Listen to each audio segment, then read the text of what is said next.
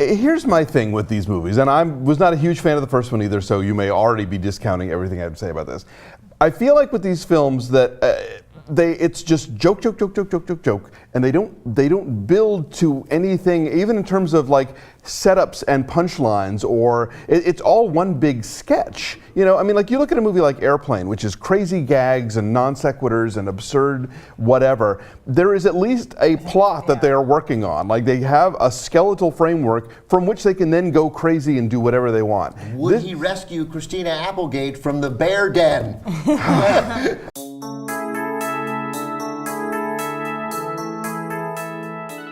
There's no sense of restraint. Like every line, every random bit of improv is so precious. They have to hold on to all of it, and it's 2 hours long. You know they cut a ton There's also. There's like a 3.5 hour director's cut coming, I'm sure. But the interesting thing is that you assume, I tend to, in this case, maybe agree with Christy, because like, at the end, Christy and I sat through all the credits. We saw it on opening day, and we sat through all the credits waiting for that. The shawarma. Shawarma, yeah. And there's really nothing. And so I tend to lean toward, no, they put it all in. like whatever they had went in the movie. Actually, you know, it's funny because they didn't put it all in. Because what I'm hearing is that they shot this like they did the first one, enough for 2 movies, and we're going to release 2. Oh my God. And then shoot me in the head now. It's like how, sorry, just one last thing. It's like how Family Guy is funny when you watch 30-second clips on YouTube, but an entire episode is unbearable. No, but like Family Guy does like the non sequiturs and the flashbacks that go on too long. This does that over and over again, like beating the same joke to death. Look, I don't know. I think you're crazy because because literally it's the How much sixth. did I laugh It's the sitting sixth. next to you? The anchor a lot. Here and there. A lot. 12 times. What do you want? And then it stops. Like Matt says, it just stops getting funny at some point. I was going to bring up I'm not trying to throw you under the bus here, but when you're talking about but when you're talking about the structure, like this from the guy who loved the Three Stooges movie. Ooh, and movie 43. Okay, well, ooh, that was you too. No. I can respond to both of those. Three Stooges has a plot. Three Stooges has a through line and is divided into 3 vignettes, and each of those vignettes has like a beginning, middle, and end. The framing devices for each sketch.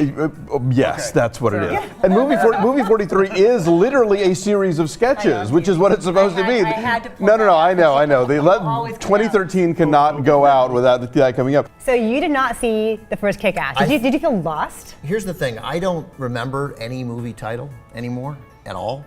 So I was pretty sure I'd seen it. And people kept saying to me, no, if you'd seen it, you'd know. And I'd be like, you don't know me. You don't know my life. Right. And then I went and I was like, nope, they're right. Indeed, I have. Nope, they were. So I think much of the shock value that people had with the first one, like they're talking so openly about sex, rather graphically, it's incredibly violent, and these are kids. Like I was taken in a little bit by the, who is this movie for? Yeah. Like, is this for teenagers? It's like too many people, too many subplots, and when it's in its quiet, relatable moments, like when Chloe Grace Moretz is navigating high school and Mean Girls, that worked better for me. That was a nice little 26-minute TV episode inside the movie. But even that climax is so ridiculously. The climax is ridiculous, but the fact that she doesn't long to be among the cool girls, the fact that she navigates it all on her own terms and gets her revenge on her own terms, I liked a lot because she stays true to herself. That's that part was arguably good. the best thing in the movie, probably, I would say. And Jim Carrey. Do you think Nick Cage does he get paid? For his photo? For his photos? Yeah, I'm always curious about stuff like that. So, Look, it's just me and Christy and Alonso and Matt because Ben is out being a dad. Woo! Ben had a baby with his. Well, he didn't. Ben's significant other. No, Ben did have a baby. He did. That's how good he is. So, congrats to him. Young Yay. Josie Mankiewicz is among us. So, congrats and exciting.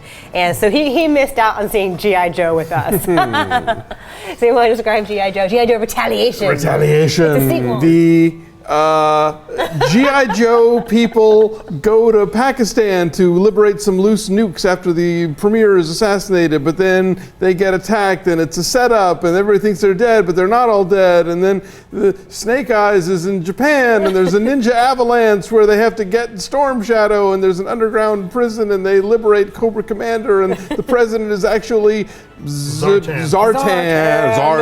them. Not Zardoz, as I and was explaining things to you. blow up, and lots of people get shot, but nobody bleeds. This is like the most violent PG-13 movie ever, and Yeah. not a drop of blood. No, Very, very bloodless. It's amazing what you can get away with. I mean, this movie is there's much more shooting and people getting thrown off of things And than swords. and all that stuff. Than Olympus Has Fallen, but because there's not a drop of blood, PG-13. God. It's funny. I went back and read my review of the first one because I'd completely forgotten about it, and Shocking. I didn't hate the first one. Did you hate this one? I kind of hated this one. Did you? Because the first one at least had that really cool chase through Paris. Remember, with all the cars flipping over and the Eiffel Tower falling over and all I that didn't see the stuff. first one. I'm just gonna go out there and put it out there. I did not see the first G.I. Joe. I feel very lost. I was like, you came you really? Right, from a continuity perspective. Did you really? Because we gave you the lowdown. Like all you needed to know I was that know. the president wasn't really the president. They're based on toys. Right. How I will say complicated can that, it be? Or they're Well, I will based on say- cartoons based on toys. I will say one of the things down Storm Shadow at behest of the RZA who shows up. Oh As God, the him- as RZA himself. The is RZA as so himself. bad. No, but he's doing like the version of himself, like the badass samurai version Right. of himself. But there's something about Jinx and whether or not she can be trusted. Clearly, there was a backstory that got completely cut out of this film. But so they go, and as they go up to this temple to find Storm Shadow, where he's recuperating from burn scars, they start fighting him, and they knock him out, and they put him in a body bag, and they're trying to get him down this zip line, this miles-long zip line. A sheer face of Right. mountain. And then like 25, 30 other ninjas show up. so rad. And they're, they're I shooting. think you made up the numbers, which I No, I tot- swear to God, No, I no, didn't. no, I think that's I'm actually- right. Really? 533 and 142. All right, I think it was 182. But it No, doesn't it's matter. 142. I like that you made up the numbers. I was pleased because No, it makes no they're- difference. Yeah. I'm right. My favorite thing in 142. the movie was that they acknowledged that not everyone would be party to the suit. Like that was like the most realistic Because thing they in the who movie. wants that many extras? And then all 142 of these kids who were suing all happened to live in New York. Right. They never left. right. None of them went off to college or moved Right. to LA to find themselves. Or like, yeah, right, exactly. Yeah, Nobody's moms didn't move. nobody's they in all- No, Buffalo. they stayed there, Right. and they yes. all go to the same yoga class or whatever. Okay, good. One of them's a New York Nick. Yes. Right. Yeah, I didn't like this movie very much. I think Vince Vaughn is miscast here. I think this would have been much better with somebody like an Owen Wilson. I think it's not very well written. The only thing that I like in this movie, the only scenes that I think work and they don't go over the top and they don't get schmaltzy about, I felt, were the scene where the kid in the wheelchair. Like Those that are my That's the least schmaltziest of all. favorite. Really? That Those are my bothered me least so favorite. much. That he lugs that kid around like a trophy of his Right, own he's a prop. humanity. He's a Check prop. me out, everybody. I Oh grown, God, I I hate those grown. scenes offended the hell out of me. They're awful, Totally, yeah, awful. that was painful. This whole movie is so Yeah, I'm sorry, man. This movie is unbearably schmoopy. It's a remake of a Canadian comedy called Starbuck. Same writer director doing it again. We talked really fast about Kobe Smulders. Yeah, I just real quick. I yeah. don't think he's phoning it in. I mean, I still find him enormously charming. And Do you? in fact, yeah, but I don't. Even after the watch and the internship.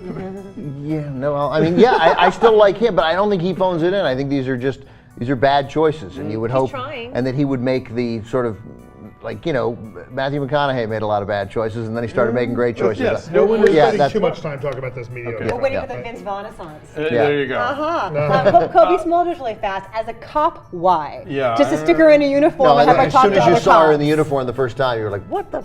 Right, she got demoted from S.H.I.E.L.D. Exactly. She's much more convincing as a shield agent. She's a girlfriend in a movie. She's got to write children's books. That's what they do. I Or like a cupcake store. Chris Pratt has a few charming the moments. best part of the He whole would have been a Yeah. better lead in this film. That's Yes, a he would. really I good actually. call. So You're sighing at me already. I mean, you said you like Blue Valentine.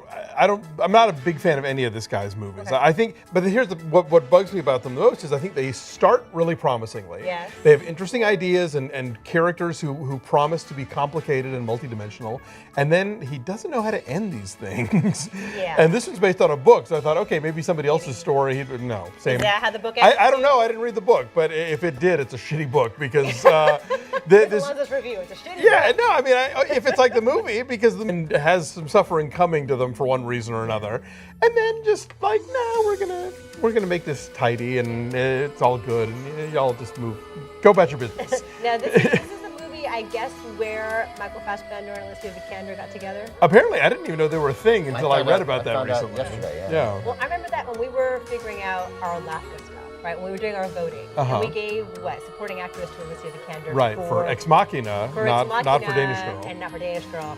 And Michael Fassbender was our winner. Oh, he won for Steve Jobs. Yeah. And how was that going to go down? That they would be in the same place because they've been together, but they've broken up, and now I guess they're together again. I don't know. Oh, I missed that conversation entirely. I didn't know any of this. You're busy counting votes and actually doing your job. I guess, yeah. I champagne in the back. I thought I knew the gossip, but I guess I didn't. Follow what straight people are sleeping with. I know. They all look alike to me. Hiddle Swift is done. Do you I that? know. I heard. I came back from Europe, and that was the first thing Dave tells me in the car. By the way, Hiddle Swift is over. Did you know they were ever together? Oh, that I knew. Yeah, Okay, come on, please. Yeah, that I live in America. So We got to retire that portmanteau. Yes, that hashtag. Well, because we're talking about relationships, I'll throw in that I find I find the Rachel Weisz Daniel Craig marriage the strangest marriage in Hollywood. Why? Not because they're. Did you see that terrible movie they were in They're together? both. They both have the Dreamhouse? capacity to be excellent actors. They're both attractive, interesting. They play interesting roles. I think it's amazing that they got together. I don't know why, and also the fact that I found out about it, like they'd been married 4 years. Yeah. And I'm like, oh yeah. husband. I'm like, husband, Daniel Craig. She dumped Darren Aronofsky for him. It was a thing. And then married James Bond, and they're still together. Oh no! For me, it's the Sarah Silverman, Michael Sheen relationship. That's the one that I have a hard time wrapping my head around. I didn't know that. Yeah. Long time, yeah. But that one makes you. But that one makes. But that one when you. Well, I guess so does Rachel Weisz and Daniel Craig. But like Sarah Silverman and Michael Sheen, I'm like. I can. Nice. Sure. Yeah. You know. All right, so our number, because you care about what totally, we think. We've turned into Pop Trigger here all of a sudden. Yeah, whoa. All right, so our number is, I missed the 11 o'clock showing of 999. You missed a good movie yesterday. You guys got your shit together and went to it, so please tell us what it's about. Yeah, so 999, we learn fairly early in the movie is the code for Officer Down. So this is a very involved, fairly complicated story that I was unquestionably enhanced by Alonso telling me how much he didn't like it. No question. So I'm going to do the same thing for you because I'm able to describe the movie because I was really concentrating. I was like, I bet it's confusing, so I'm going to pay attention. Anyway, the story is rogue cops mixed up with Jewish Russian mafioso types. They have to commit a daring burglary for Kate Winslet, playing a Russian Jew. Now, I would love to read the script that they all signed on to make, because I can't believe that they agreed to be in this shit heap of a movie. Oh, come on. It's not, no. This movie is so stupid. I mean, it's like everything, we start out with this crack team of like ex-special forces and former cops and like super on the case. And by the end of the movie, they're like leaving fingerprints everywhere and they are shooting each other in public places where they would just immediately get caught and just